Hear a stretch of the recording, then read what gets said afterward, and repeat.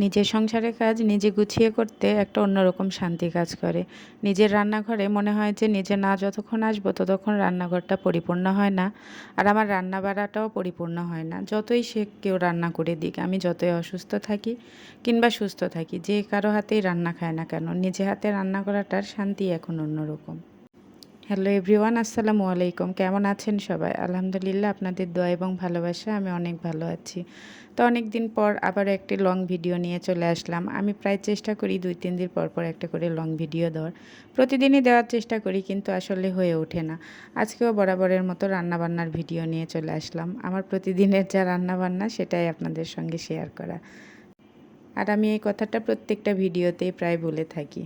আর আজকে ভিডিওর শুরুতেই বলছি, আমার ভিডিওগুলো যদি ভালো লেগে থাকে অবশ্যই একটা শেয়ার দিয়ে লাইক কমেন্ট করে আমার পাশে থাকবেন। আপনাদের অনুপ্রেরণা আর ভালোবাসা ছাড়া কখনোই আগানো সম্ভব নয়।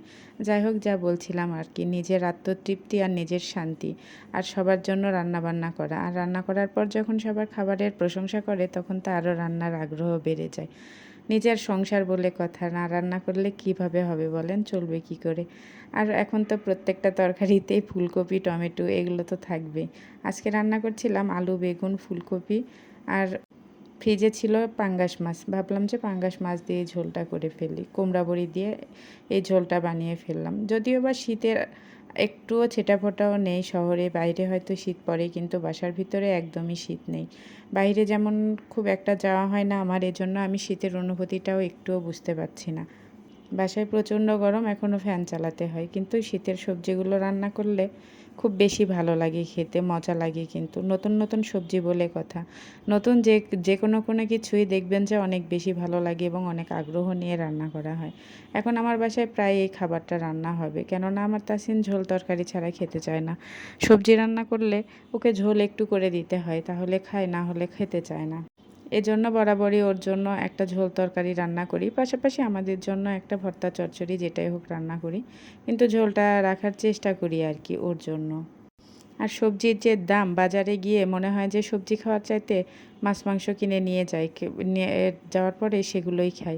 মুরগির দাম যেমন, বেগুনের দামও তেমন। বেগুনের দাম 150 টাকা, মুরগির আপনার কেজিও 150 টাকা। এজন্য মনে হয় সবজির চাইতে মুরগিটাই মনে হয় বেস্ট হবে ওর জন্য।